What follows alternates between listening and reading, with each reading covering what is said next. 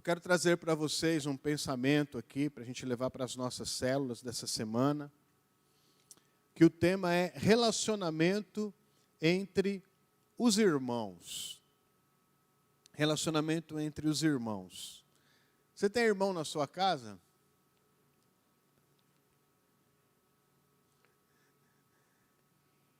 Eu acho um crime, eu vou falar, eu acho um crime alguém privar, né, o seu próximo de não ter um irmão. Né? O ideal seria ter um irmão, né, para ser tio um dia, para ter né, para ter os priminhos ali, essa convivência de família. Né? Então, para mim, tinha que ter a próxima geração tem que ter pelo menos 3 filhos, tá bom? Porque essa geração atual está muito devagar, muito devagar. Tem que ter pelo menos 3. É verdade, irmãos. Eu estava pregando numa igreja domingo, esses dias aí, eu falei sobre essa questão, tem gente que não pode gerar, né? Então é uma doença da alma, às vezes, né? Física, não pode gerar, a gente precisa buscar a cura. Aí uma menina adolescente conversando comigo, ela falou, e aqueles, pastor, que podem gerar, têm saúde para isso, mas não querem, preferem comprar um cachorro. Tem isso, né? Tem muito isso. Então, é sério, né, essa questão de gerar. Mas eu quero falar do relacionamento entre irmãos. Então, tem que ter pelo menos 2, né, para poder ter esse relacionamento entre irmãos. Vai ser pior aqui, que vai ser entre irmãs. E aí a coisa fica mais apertada ainda. Relacionamento entre irmãs. E eu quero ler com vocês essa história que está no Evangelho de Lucas, capítulo 10 e verso 38. Lucas 10 e 38, que diz assim: caminhando Jesus e os seus discípulos chegaram a um povoado, onde certa mulher chamada Marta o recebeu em sua casa. Maria, sua irmã, ficou sentada aos pés do Senhor, ouvindo-lhe a palavra. Marta, porém, estava ocupada com muito serviço e, aproximando-se dele, perguntou: Senhor, não te importas que minha irmã tenha me deixado sozinha com o serviço? Dize-lhe que me ajude. Respondeu o Senhor: Marta, Marta, você está preocupada e inquieta com muitas coisas. Todavia, apenas uma é necessária. Maria escolheu a boa parte e esta não lhe será tirada. Relacionamento entre irmãs e irmãos. É difícil, porque aqui o ambiente é doméstico, é dentro de uma casa, do convívio ali, cotidiano, de uma família, onde irmão, dentro da casa é onde é a realidade, dentro da casa é onde, de fato, a gente é crente ou não é, dentro da nossa casa, né? E ainda mais com o irmão, porque desde o princípio, a Bíblia mostra, né, na origem, nos patriarcas, que relacionamento de irmão é uma coisa difícil. Né? Desde Caim e Abel, né, Jacó e Esaú, José e os seus irmãos, era só, como diz um pastor aí, BO, que acontecia dentro da família. Né? Dentro da família, só encrenca. Né? Porque tem ciúme, cada um tem o seu temperamento, tem o seu jeito, tem o seu tempo, tem as suas prioridades. E ali, naquele espaço único, é onde às vezes as coisas pegam fogo. E quando a gente se propõe a ser uma igreja família, por exemplo, essa turminha que está aqui, ó, convive direto, está toda hora junto. Você olha para um, você já sabe que você vai enxergar o outro, não é? Eles estão sempre próximos. em algum momento vai sair uma faísca. Por quê? É a convivência, né? É a convivência da família, de estar junto. Célula, discipulado, igreja, ministério, é a mesma coisa. Dentro de casa, quanto mais a gente convive, mais a gente vai perceber que a pessoa ali é diferente de mim. Às vezes pensa diferente, tem prioridades diferentes, tem um tempo diferente e um tempero diferente. E é aí que vem as encrencas. Foi o que aconteceu aqui.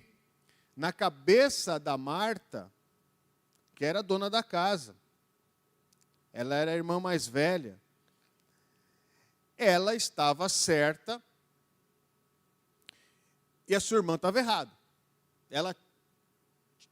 A prioridade dela era o trabalho, era receber bem, era fazer o melhor, era arrumar comida, era organizar, deixar tudo muito bem para Jesus. Para ela era isso o correto. Ela tinha certeza que era isso. E para Maria era outra coisa, era sentar tranquilo, deixa a comida para lá, e ela queria ouvir o que Jesus tinha para ensinar. E quando uma vê a atitude da outra, Marta fica brava, fica em crise. E eu quero pegar esse relacionamento aqui e pontuar algumas coisas que pode acontecer dentro da nossa casa, ou no relacionamento dentro da igreja, ou dentro do trabalho. Como eu disse, a gente convive, às vezes, mais com as pessoas do trabalho do que de casa. Primeira coisa de um pensamento errado, é equiparação. Somos iguais, devemos fazer a mesma coisa, e se eu aguento, ela também aguenta. Era mais ou menos isso que ela estava pensando. E geralmente é isso, não é? Quando seu pai fala assim, arruma a cama, aí você fala, mas ela não arrumou a cama, por que eu tenho que arrumar a minha? Quer olhar o outro e falar, não, vamos fazer. Todo mundo tem que trabalhar e quer lutar pelos seus direitos. Já vira, né, um protestante lá dentro da própria casa, e aí vira aquela bagunça. Não há equiparação, mesmo dentro de uma casa. Tem níveis de maturidade diferentes. Tem pessoas que têm uma maturidade, uma revelação mais completa das coisas, de Deus, da vida. São fases da vida também diferentes. Então não é possível a gente querer cobrar com a mesma intensidade os membros diferentes de uma casa. Não dá. É impossível isso. Eu não consigo tratar todo mundo numa mesma régua. A gente pode colocar uma régua aqui para que nós possamos buscar esse alvo como meta.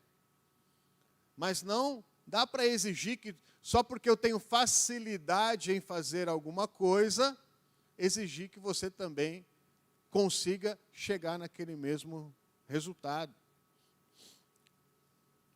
E isso normalmente leva, irmãos, a uma coisa muito feia, chamada julgamento. Eu consigo, eu estou fazendo, eu estou me desdobrando aqui, eu estou me matando aqui, e julga o outro que não está fazendo. Não está contribuindo, né, tem pouca vontade, né, come, bebe, suja a louça e deixa a louça lá na pia, porque, né, alguém vai se responsabilizar. E aí vira essa questão de julgamento.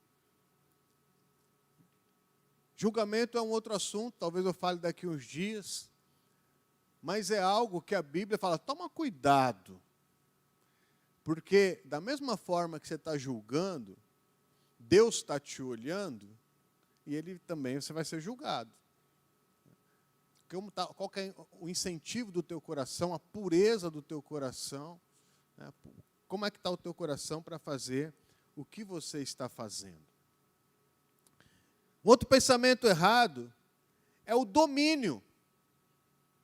Por ela ser mais velha, dona da casa, ela queria exercer um domínio sobre aquele território. Ela era uma mulher, ela é a exceção das mulheres, mas ela era uma mulher mandona. É exceção, né? Aí é com vocês, tá bom? Mas ela era uma mulher que gostava de mandar. Ela gostava, irmãos. Ela mandou até em Jesus, falou, Jesus, manda ela fazer. É porque ela tinha tanta certeza que ela estava certa, que até a oração dela era teleguiada. Jesus, é desse jeito que eu quero. É desse jeito que você tem que fazer. Olha o princípio. Ela acha que está certa e manda Jesus, porque quer que a irmã faça do jeito que ela quer. A casa tem que ficar do jeito que ela quer. Então, essa questão de domínio, isso é muito sério, irmãos. Porque isso, eu vejo gente que fica doente na mente, no coração, no sentimento, porque quer dominar. Quer que tudo seja do seu jeito. Dentro de casa, dentro do trabalho, dentro da igreja. Não dá liberdade, não dá espaço. E aí, às vezes, até as pessoas viram robozinhos dentro de casa, dentro do trabalho, dentro da empresa, para poder fazer daquele jeito. Mas, na verdade, não tem revelação, não tem maturidade. Faz porque, se não fizer, vai ser pior. Tem que obedecer. Esses conflitos, né, mostram como está o caráter de cada um. Um outro erro, um outro equívoco é esse. É partir do princípio que eu estou certo e que o outro está errado. Isso é tão comum. A visão que ela tinha, ela não tinha dúvida, eu estou certo. O que eu estou fazendo é o certo. Agora é a hora de arrumar a casa. Agora é hora de trabalhar. Ela que está ali sentada, não está fazendo nada, ela está errada. Ela tinha certeza que ela estava certa. E que a irmã estava errada. Isso não é raro, irmãos. Dentro do convívio, do relacionamento, da família, da casa, do lar, do trabalho, da igreja, a pessoa parte do princípio que ela está certa e o outro está errado. E às vezes as duras penas, tendo que quebrar a cara para descobrir que, na verdade, é ela que estava errada. Porque quando ela incomoda Jesus, ela fala do jeito que ela quer, Jesus fala, espera aí, Marta. Tem que repensar aqui seu coração, essa sua mente, seu jeito de pensar a vida. Você está errada. Maria escolheu o correto. A gente precisa ser humilde para aprender, irmãos. Porque Marta era mais experiente que Maria. Era mais responsável que Maria. Mas Maria, sendo inexperiente e aparentemente até irresponsável, ela tinha coisas para ensinar para Marta. E a gente precisa estar sempre pronto a aprender. Com os mais jovens, com os menos experientes, com os que pensam diferente da gente. Eu vejo alguns julgamentos, alguns pensamentos, alguns posicionamentos, falando, meu Deus, será que eu sou pastor, eu estou ensinando isso? Não é possível. Então, a gente tem que estar com o coração pronto para aprender. A gente vai passar menos vergonha, menos constrangimento, vamos ter menos oposição na vida. A vida fica mais leve quando a gente é mais simples e observa para aprender. com todos, no seu ponto de vista. E até mesmo para contestar, mas ouvir, né, o ponto de vista de cada um. Quem para de aprender, para de crescer, e quem para de crescer, começa a morrer. Se você para de aprender, você deixa de ser produtivo, de ser realizador, de ser agregador, de ter sentido para a vida. E aí, vai perdendo a vida. A vida vai passando, vai morrendo. E o outro pensamento aqui errado é que, se isso não for acertado, a gente vê que é uma família dentro de uma casa que tem duas visões diferentes. Um está indo para um lado, outro está indo para um outro. Um tem uma prioridade, outro tem outra prioridade. Um tem um jeito de ser, outro tem outro jeito de ser.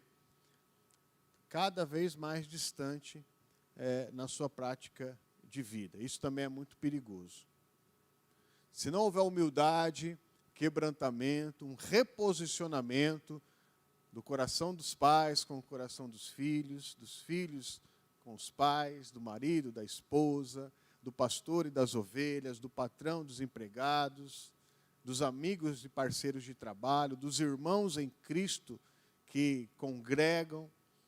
Se isso não acontecer, cada vez mais vai se distanciando e acaba rompendo, né, em algum momento da vida. A correção, ela vem através de um movimento que a gente precisa ter, que é parar e ouvir o que o Espírito diz à igreja, o que Jesus está falando. Jesus está falando mais ou menos assim: não adianta trabalhar sem ter revelação. Não adianta trabalho sem revelação. Não adianta fazeção sem ter revelação. Não adianta. A gente viu a pandemia é o retrato disso.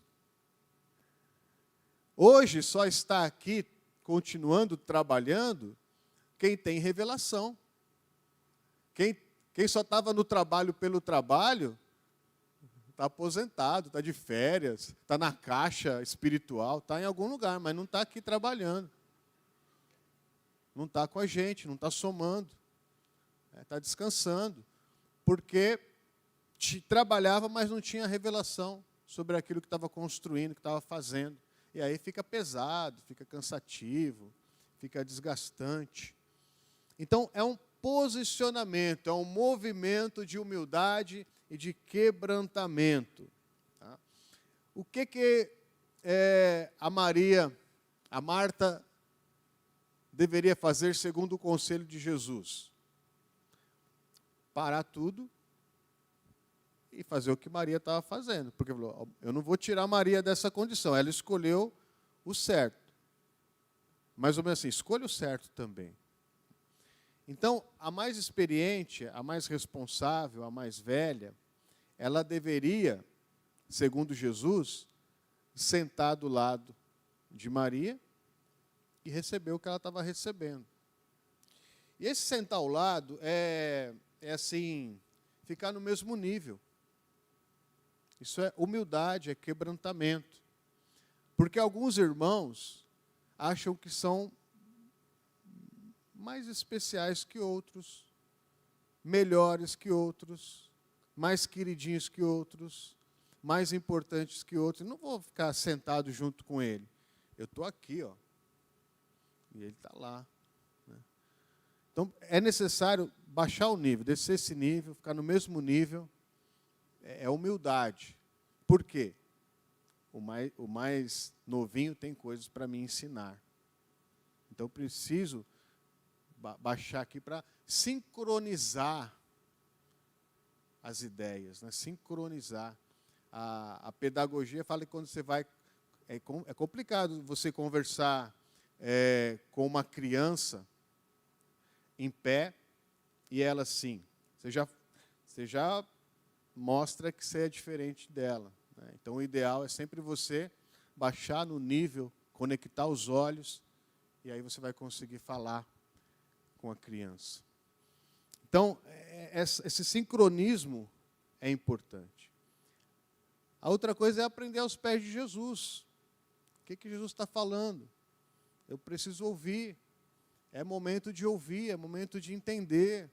A gente está orando aqui para entender esse novo momento do mundo, da humanidade, das igrejas, do que a gente precisa fazer. Não podemos sair atropelando processos. Então é tempo de ouvir a voz do Senhor, ouvir o que o Espírito diz à igreja. É importante a gente ter esse tempo de aprendizagem, para que depois nós possamos ter o tempo também de colocar a casa em ordem. Porque o que Marta estava fazendo é uma coisa importante.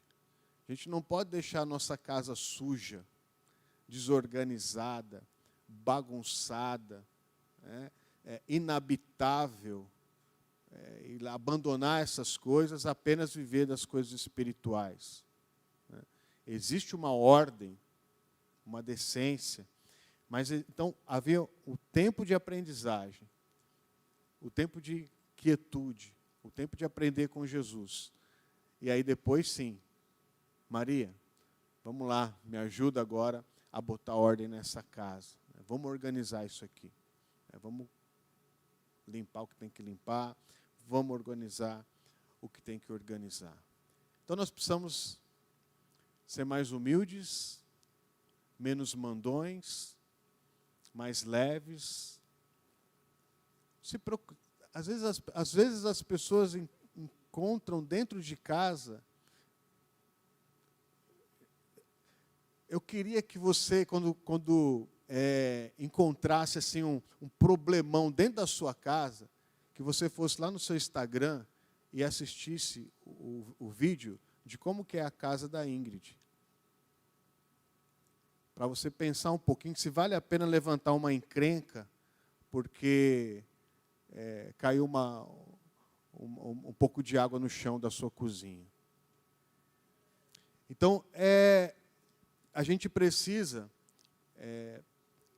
dessa quietude, simplicidade, ouvir Jesus,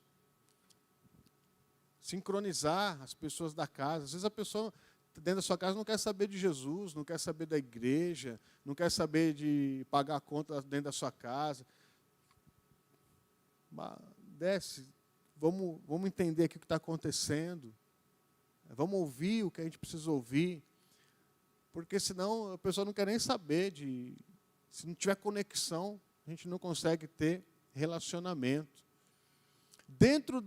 Irmãos, eu não sei se eu posso falar isso. Aqui nós temos uma igreja e um colégio. E tem aí o culto lá, e tem trabalho no Éden, e volta e meia, quando acontece alguma coisa fica fora do lugar. Some um negócio, some outro. Aquilo é o suficiente para gerar quase um conflito bélico. Ainda bem que ninguém aqui tem porte de arma. Eu fico inconformado com isso.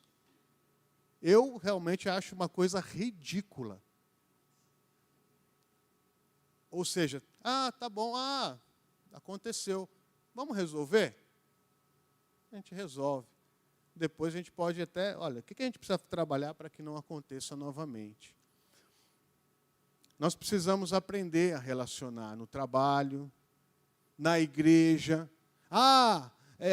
Aquele irmão ora de um jeito, o outro ora daquele jeito, o outro grita, o outro pula, o outro não se expressa, um canta de um jeito, outro canta do outro. Mas o meu jeito é o certo, viu? Todo mundo tem que imitar e andar do jeito que eu ando. É complicado, relacionamento é complicado.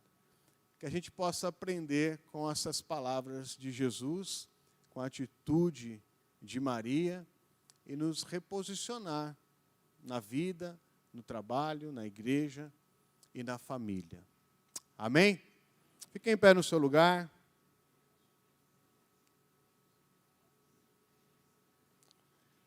Vamos orar. Feche os teus olhos.